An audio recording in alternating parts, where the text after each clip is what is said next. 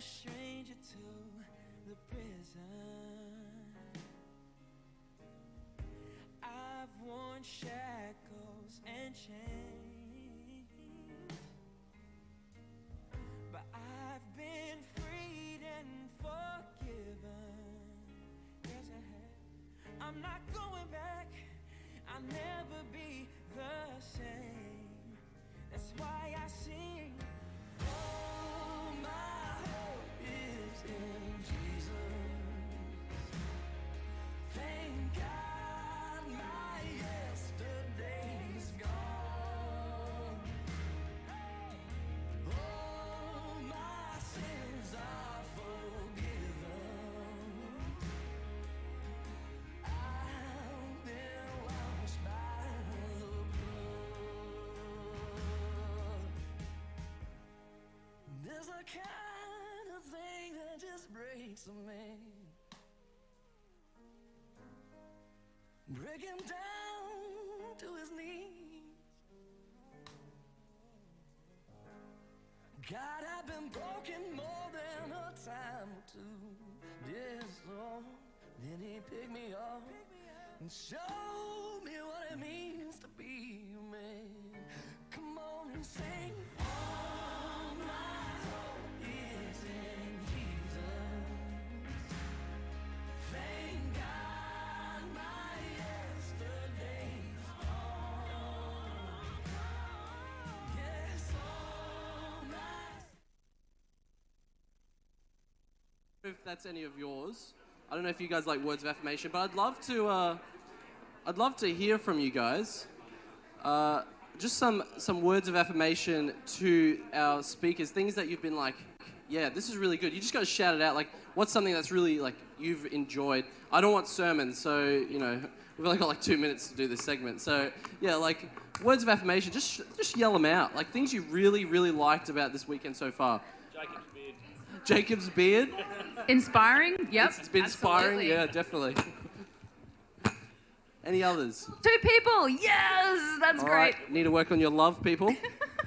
Maybe they're like touch or something, so please show your appreciation through touch Or appropriately. don't touch too much. To our speakers. Yeah, not too Safe much, zone and is professionally. shoulders. Okay. They are professionals. All right, yeah, any other things that you just want to tell everybody how good it's been? Yell it out. Insightful has been another one. Oh, absolutely. I agree. I totally agree. Okay, so that's about as much time as we have for that. Sorry to cut you short, but literally time stops for no one. Okay. We are having Perth join us in 1.5 minutes. Okay, so we are hoping that as many people as possible can make their way back inside. If you can hear my voice in the hall, this is the final boarding call. Yeah. Please enter the main building. I'm noticing a lot of pastors aren't back in, so they must be still in the bathroom putting makeup on. So, yeah, hopefully they come back. Oh, Casey's not here, so, yeah. Is this for the photo? Oh, well, I thought they must have thought they're going to be on a live stream, so... Okay. Anyhow. All right. We're going to roll with that. Okay. So 1 minute until we go live. Please remember that we are going to greet Perth with a holy kiss in 1 moment. We're just going to wait and fill a bit of time. Anyone want to say anything for the next 50 seconds? Oh, we are having so much fun. Yeah, that's good. All right, so what are we going to be doing? You guys going to practice your air kisses? I haven't done this in a while. All right, What? so I feel sorry for your wife, man. You should be well all the time. when you get married, you can kiss for real. So Very true. air kisses kind of go out the window. Thank you know? the Lord. Yeah. That is true. That is true. Yeah. Cuddles. Oh, good-o. All right, welcome back in. So, imagine if Perth came in right at that moment. That would have been weird. Perth is with us. Oh, they're with us. Oh, hey. Welcome. We welcome you back officially, Perth. And to greet you this morning, we just want to say, first and foremost, thank you for your greeting. We really do feel like we are growing together with you, Perth, and we love to be on this journey with you, to say thank you and to greet you as a body of Christ here in this room. We will greet you, everybody. Please raise yourself and blow your kisses. A holy kiss, Perth, because we love you. You are a part of our family and we are a part of yours. Thank you so much for joining us, Perth. All right, so don't get too excited, crowd. We're going to invite up Pastor Jake. We're going to invite him back up here. Actually, that's the first time I called you Pastor Jake. You are a pastor, I believe. Yes. Yeah. Okay, good. Yeah. You're a pastor. You just call me whatever you want. Okay. Anything, eh? Okay. Jakey? Sure. No, okay. Take it. Take it. That's what my mom calls me. All right, anyways, welcome back up. We're looking forward to hearing it again from you. Awesome. Thanks. All righty, let's get going. And yes, hello to Perth. Good to have you back with us.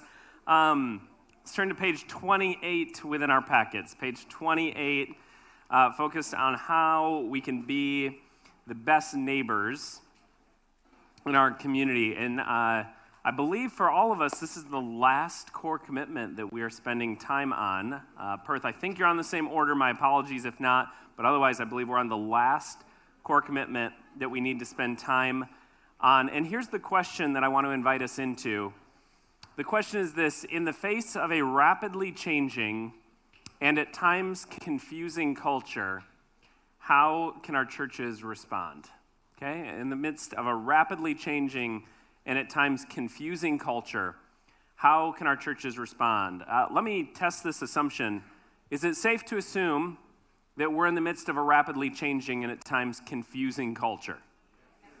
Okay, let's get a few of the issues out within the room, whether you're in Perth or within Brisbane. I'd actually love to understand what are some of the rapidly changing or confusing issues or topics that are on your mind these days.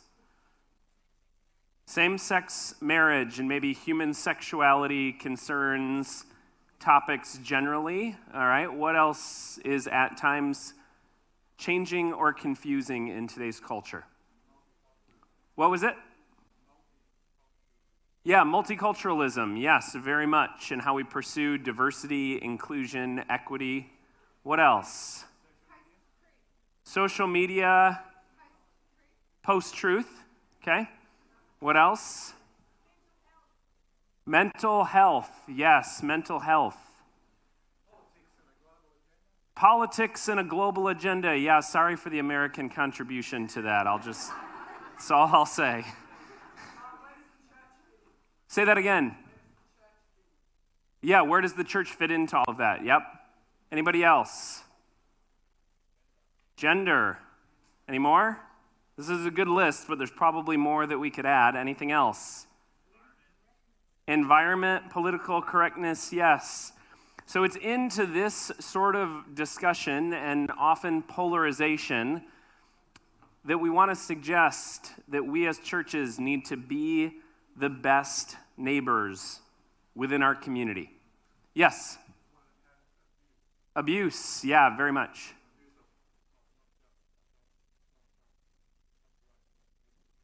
Yeah, abusive people. So whether that's physical abuse, sexual abuse, lots of different forms of abuse. The Me Too movement that's been happening. There's a lot of topics that we could throw in here, that we are often in a polarized and seemingly complicated world. And what I want to call out within the midst of this, the way that we're framing this, what we learned from the churches in our study is what held them together, the way that they pursued this conversation was from the perspective of trying to be good neighbors in their community. Now, what I'm going to focus on here is common postures of churches that neighbor well. What I mean by that is the common postures, the common perspectives of the 250 churches that we studied. Here's the reason that I'm doing that. This is one place where I want to recognize denominational and theological distinctives. So I come from the perspective of Fuller Theological Seminary, and there's a lot of alignment and affinity with Fuller and with Adventism. This is also a place where I do not want to put myself in a position to speak for you all as a denomination. So maybe we'll bring Brett Townend or someone else up later to give you all the positions. It's not my perspective to give you each position and what position you should take. What I want to do is zero in on what we've learned from the churches we studied and how they were navigating these topics. Does that make sense to everybody? All right, that's how we get in. The first thing that we learned from the churches that we studied, and we are tracking on page 28 of your handout, is that the best neighbors ask, "Who is my neighbor?" Has anyone seen the Mr. Rogers' Neighborhood before? Does that show make it? Okay, a handful of us have seen that. I don't just mean in a Mr. Rogers sense of the word, if you've ever seen that, but I mean that very much in the Jesus sense of the word or phrase, "Who is my neighbor?" So when we spent time talking to the young people, the teenagers and young adults in the churches that we studied, we found that they were very often stepping into gray spaces. Many of them were stepping into places that made an older generation very uncomfortable. Can anyone relate to that? Your young people are in some areas that make you uncomfortable. Now, we certainly need to be concerned and cognizant of the fact of, are we compromising our values? But when we ask the young people in our study, why are you stepping into those spaces? Why don't you just stay inside the church walls where it's nice and clean and neat? Young people, why are you doing this? Does anyone want to venture a guess the reason they gave us for why they were doing it? Because this is what Jesus did, and if we're going to take Jesus' message seriously, this is where Jesus was located. Now, I don't just want to go with vague generalities. I want to turn you to Scripture. So in your packet, Matthew 22, verse 34 through 40. In Matthew 22, Jesus invites us into the greatest commandment. When Jesus is asked, what is the greatest commandment? Can someone tell me, how does Jesus respond? What's the greatest commandment? Yeah, now interestingly, a few of you stopped after love the Lord your God with all your heart, soul, right? That's not where Jesus stops, and many of you finish this. Jesus adds to that, and love your neighbor as yourself. So with many of the young people who we were studying and talking to, when asked why they're stepping into these spaces, they said, well, Jesus commanded us to love our neighbor. Now, our neighbor is the Adventist sitting in the pew next to us, right? That's the extent of our neighbor. Okay, I'm hearing a resounding no. When Jesus is asked, and in fact tested, this shows up in Luke 10, 25 through 37. When Jesus is asked, so who's my neighbor? Someone want to tell me how Jesus responds? Yeah, Jesus responds with the parable of the Good Samaritan. Can anyone, we have some pastors in here, can someone give us a rundown of, short version, what's the moral of the story of the parable of the Good Samaritan? Moral of the story.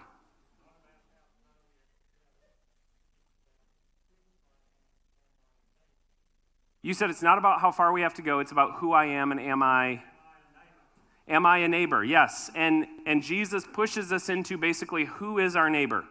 How do we define who our neighbor is? Anyone in need? Is it that person who is like us, who we vote like them, we see the same on every issue, they're our same race, our same culture, right? That's our neighbor? No, it could be, certainly could be. But the parable of the Good Samaritan, Jesus points us toward that person who is so different from you, that person who might be your enemy, that person for all intensive purposes you are supposed to disagree, disown, or let go of. There you go, there's your neighbor. Okay, that's what Jesus invites us into for what it means to be a good neighbor. And for so many young people that we talk to, this was something that was on the forefront of their minds. And I think that it's easy for many of us who have been in the church for a while, particularly if we grew up in the church when times felt a little bit simpler, we're saying to our young people, look, it's so simple, it's cut and dry. It is this and it is this. But part of what we're failing to take into account is the very different world that young people are growing up in. And on the one hand, we're telling our young people, God loves everyone. you should love everyone. We need to display the love of Christ to others. And then young people who are growing up with people who are very different from them, maybe very different than we grew up with, all of a sudden we're telling them, and don't associate with that person, right? And young people following the example of Jesus are stepping into some gray spaces, which makes many of us very nervous. And those young people are often responding, this is the example that Jesus set before me. Do you want me to follow what the church is saying, or do you want me to follow the example of Jesus? Right? Doesn't make it easy. I get to stand up here from a stage and point it out all this way. Then we have to actually go back and live it. Let me keep moving. We found that patient neighbors respect the journey as much as the destination. Respect the journey as much as the destination. Yesterday, during the empathy talk, we showed you remember the straight line and then the line that kind of zigzags all over the place. If you're a straight liner, and that's the world that you grew up in, and you're interacting with a younger person who's grown up with that line that twists and turns all over the place, the question for those of us who grew up with that kind of straight line or straight journey, will we display the patience? Will we actually walk with and journey with young people as they're navigating a very different world? Here's the way an 18-year-old from Minnesota said it. This was an 18-year-old in our study. She said, at our church, we definitely talk about the big social issues. We definitely engage those, but we don't tell people exactly what to think about them. And that's what I really love. I've never felt awkward asking one of the leaders, what do you think about this? Because I know that they're not going to tell me exactly what to think. Instead, they engage me in conversation, and then through that, we can derive together the ways that we should live out of our beliefs. Now, the churches that we studied were not compromising their theological positions. They weren't saying that anything goes, but they were willing to point to Christ. They were willing to give young people a direction, but then let young people figure out that exact direction with the support and guidance that they need. This isn't in the slides, but there's a story that comes to mind. There's a Christian Australian author I know I should be citing, but I can't think of the person's name, but here's the essence of the story that they tell. This Australian author ended up going to Texas and was commenting on, in Texas, for some of the farmland and for some of the cattle, they had fences that kept the cattle where they were supposed to go. And they were commenting to a Texas rancher and said, oh, it's interesting that you use all of these fences to keep the cattle in and cattle out. In our part of Australia, we actually don't use fences in that same way. And the Texan rancher said, well, if you don't use fences, how do you keep your cattle or your livestock from getting out? And the Australian said, it's very simple. We place the food and water in one location, and the animals are drawn to the food and water, and they'll go there, and they might drift off for a little bit, but they will always come back to the location where the food and water is going to be, so we don't need the fences. The connection for the church, right? We can use our fences, we can draw our boundaries and say you don't go any further. If Jesus is the food and water, if Jesus is who our young people are drawn to, we may not need the fences, we may not need the boundaries in the same way because they are always coming back to Christ. Part of that question is, what are we pointing them to? I think this is very consistent, and I'm aware, sorry, Perth, if you didn't get this, you need Brett Townend's slides from yesterday, because the image that he used of the early days of Adventism and the need to raise up Christ and have a bigger Christ, that doesn't mean we get rid of the law, but it's really a question of which one is primary and which one is secondary. If we're going to apply this to a variety of topics, right, one of the issues, one of the topics we need to be considering is human sexuality, specifically LGBTQ relationships. There's been some research done on this in the U.S., so again, American research, but we can contextualize for Australia. And what one Christian researcher found was this statistic, 76%. Let me qualify 76%. When he studied young people who identify as LGBTQ and have left the church, in interviews and surveys, 76% of them said that they're open to returning to the church and they have a desire to reconnect with the church, which actually flies in the face of a lot of our assumptions that, right, that certain people and the way that they identify in terms of human sexuality are just anti-God, anti-church. The vast majority express interest in reconnecting with the church, part of the question is what sort of church are they going to find, right? A different way to say these topics then is that in the churches that we studied, they were more focused on process than on position. They were more focused on posture than proclamation. Many of us might say, I love the sinner, hate the sin. Anyone heard that phrase before? Let me just say clearly, the world around you is very clear that you hate the sin, okay? You probably don't need to say it anymore. Feel free to say it if you want. The vast majority of Western culture is not confused about Christians hating the sin. The piece they have not heard, or at least is not coming across clearly enough, is the loving the sinner, the person that we disagree with. All right? And for so many young people that we've talked to, it's not a question of is it this way or is it this way. It's are we modeling Christ in our posture? Are we following the very example that Jesus has set for us? A couple more points. We found that courageous neighbors embrace both ethnic and socioeconomic diversity. Courageous neighbors embrace both ethnic and socioeconomic diversity. In our surveys and interviews with these churches, we found that diversity was on the minds of young people even more than older adults in the church. So yes, while older adults in the church would mention diversity, whether socioeconomic or ethnic diversity, it was twice as often that young people in churches mentioned diversity and how important diversity was to them. At Fellowship Memphis, during the empathy talk, we showed a video of Natalie and Jazzy, the two young women, if you remember them interacting. Fellowship Memphis has a strong focus on racial reconciliation, so we expected that when we visited the church, we wouldn't hear anything about racial reconciliation. But what was interesting, most people did not lead with racial reconciliation, but it's a church that's famous for their work in racial reconciliation. We talked to one teenager, and that teenager phrased it this way: at our church, racial reconciliation is not the goal. The goal is the gospel. The gospel is to love the people in your neighborhood, at work, and at the gym. Life change comes when your table has people who are different from you. Reconciliation is part of the gospel.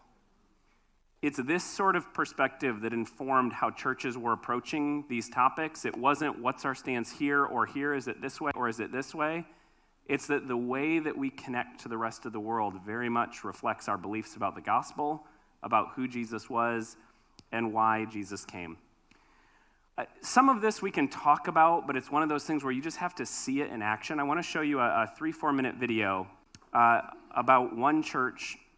The church is called the District Church. They're located in Washington, D.C., very polarized place, and they're trying to be the church in the midst of Washington, D.C. I want you to hear from Pastor Matt, and let Pastor Matt kind of voice their church's perspective on these topics. Play the video.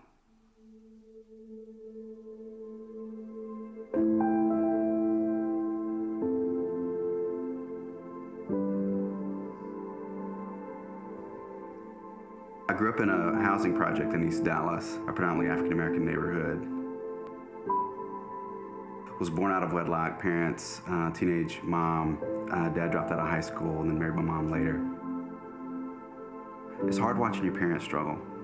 You know, it's hard watching a dad that doesn't have a high school diploma have to hustle.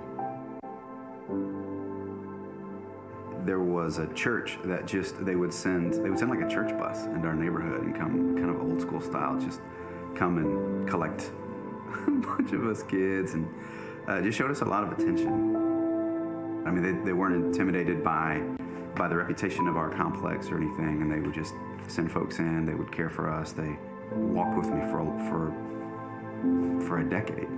They walked with my family. My family was homeless for a bit. They stayed with us. They cared for us. When I got into college and was not a good student, they reminded me that I could do better.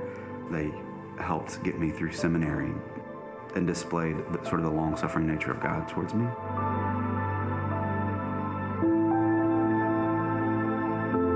Pastoring a congregation and caring for a neighborhood, like really looking at at my role in those dual ways of saying, it's not just enough for me to pastor the people within my church, but actually we want to care for the neighborhood in which we're placed.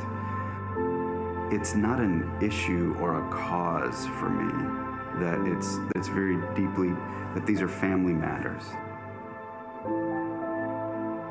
And because of the personalness and the times where I think, man, it'd be easier to just to do something else or to do something different, or easier to not have to sort of face the passion of leading a church that longs to be both multiracial and multi-class, or multi-ethnic, and embody a diversity of economic backgrounds. That when I think, I'd rather just maybe turn the diversity quotient down a bit, that I have to think about, well, if I did that, then I wouldn't have been reached.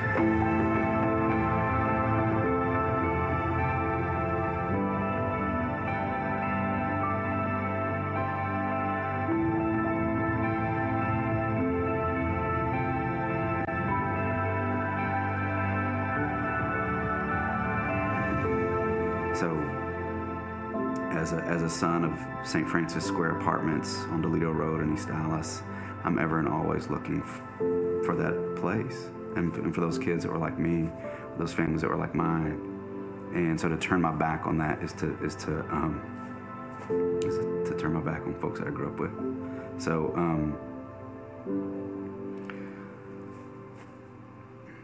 I can't do that.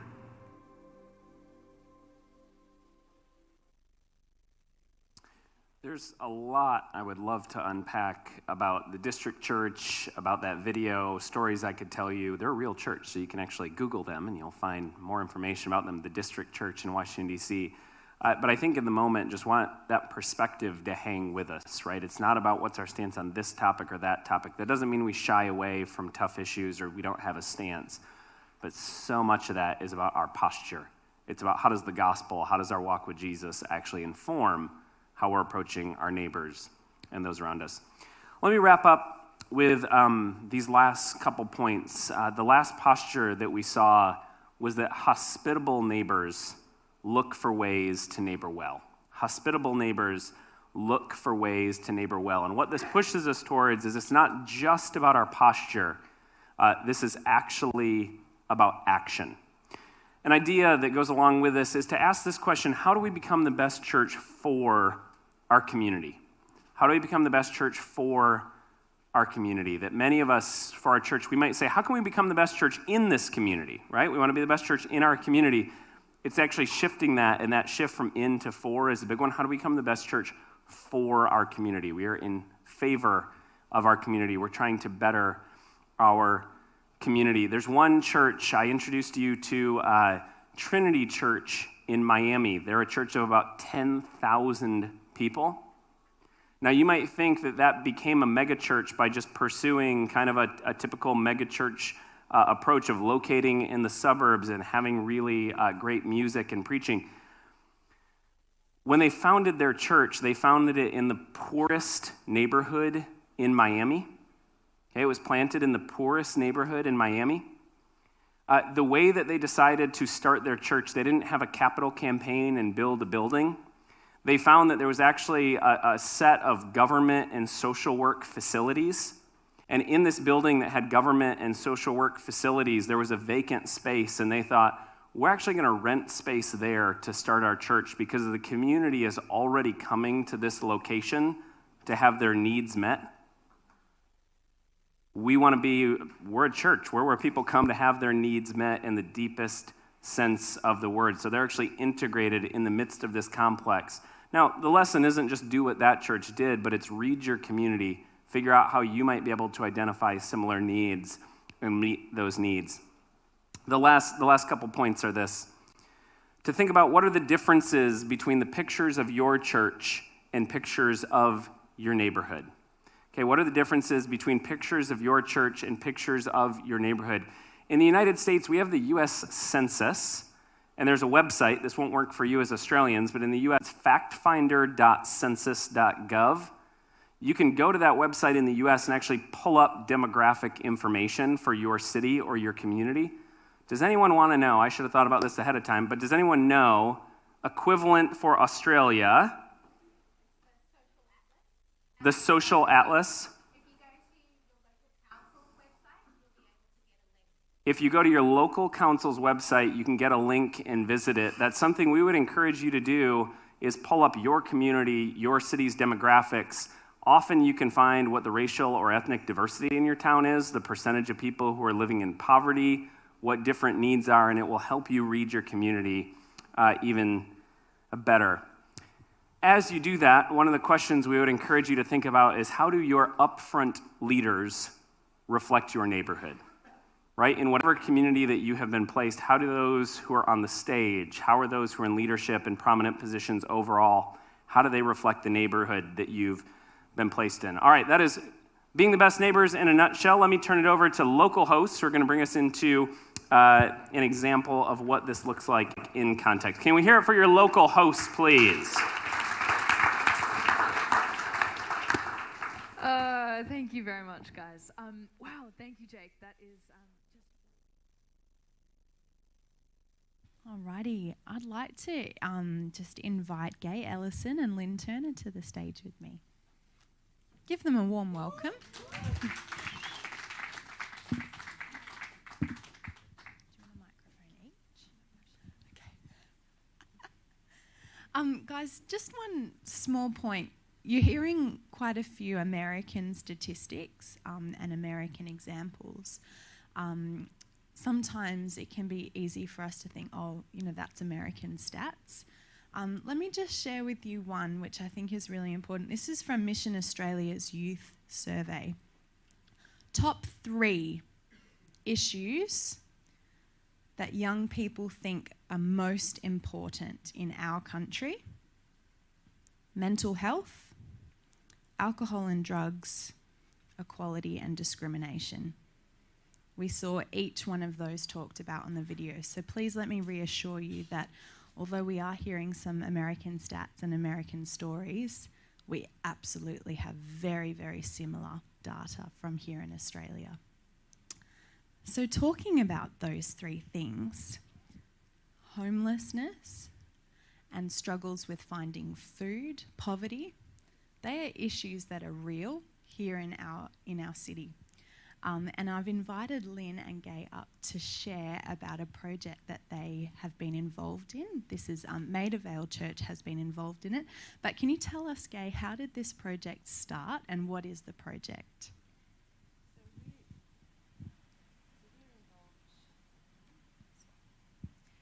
So we've been involved just one day a week in an initiative from the Swan Valley Church where they've decided to feed the homeless people in Midland area. They're actually doing it every evening of the week, which is quite a lot of work, but we've volunteered to do one night per week. I think Lynn might have some more background on how it kind of started, because Lynn and Wayne heard about it first and then shared it with our church. So this initially started, I believe, as just seeing a need in the Midland area. So a family member decided that it would be a good idea to get themselves organised and feed the homeless people that are a bit of a problem in the Midland area. So they started to do that and then asked for people to help, which we were very happy to do, because we were really looking for something that we could do but we didn't kind of have it here to know what it was. So we jumped on board very happily, and it just grew. It grew so quickly that it got to be a bit of a problem, actually. And to try and keep up with it all, we enlisted people that were not church people, which was amazing. People from local businesses that just wandered across the road to see what was going on, and like, oh, this is awesome, can we volunteer our time? So we've been able to make contacts with people outside of our local churches, being Swan Valley and Maida Vale, but also do a good thing. Yeah. So it's not only reaching the homelessness and the struggles with poverty, it's actually also extending to a wider community group, like you mentioned, local businesses and community people as well, and involving them in the service, which is really cool. We actually had somebody step by a couple of weeks ago and just hand us $100, and they said, "Oh, we can't help you. We can't spend the time, but here's something to help you with." And this is not unusual. This happens quite a bit. So, do you think you could talk about, so you mentioned that Swan Valley Church has been really instrumental in starting this program up, and now Maida Vale has jumped on board and committed to, running one night a week. How has that been for you in terms of working with another church and being able to draw on each other for support? I don't think it would have happened without Swan Valley. And I think it's a really good thing to join forces. Why not?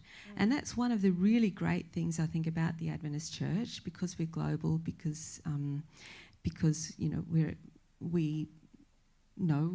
we have a similar culture, similar way of doing things. We know how to find help if we need, and I think it's a great thing to partner with another local church.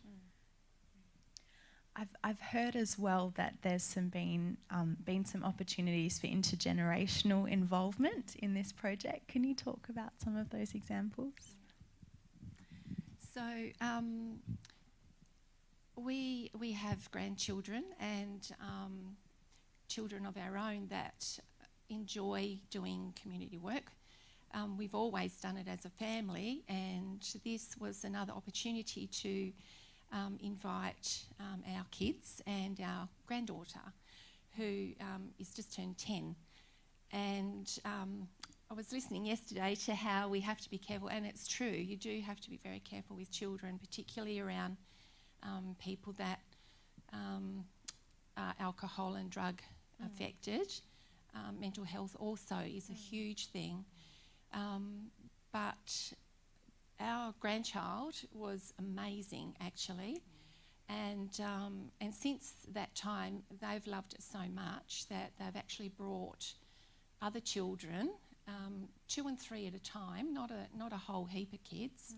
So they just fit in around the adults that are there, and it's just really great modelling, teaching them how to teaching them how to actually get out and do something that's meaningful, where you can actually connect with people.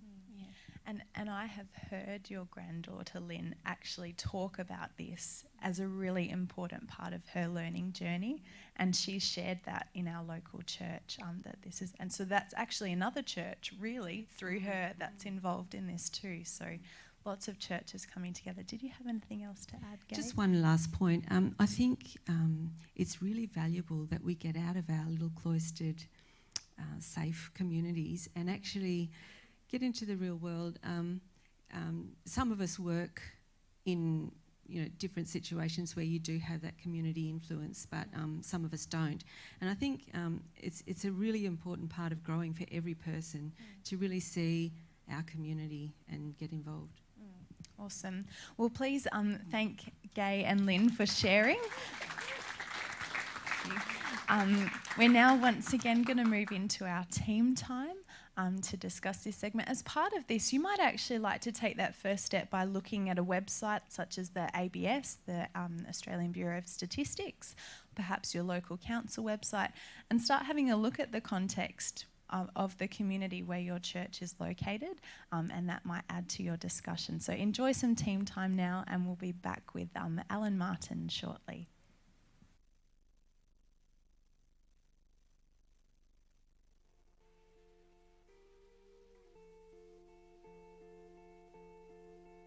They say sometimes you win some, sometimes you lose some.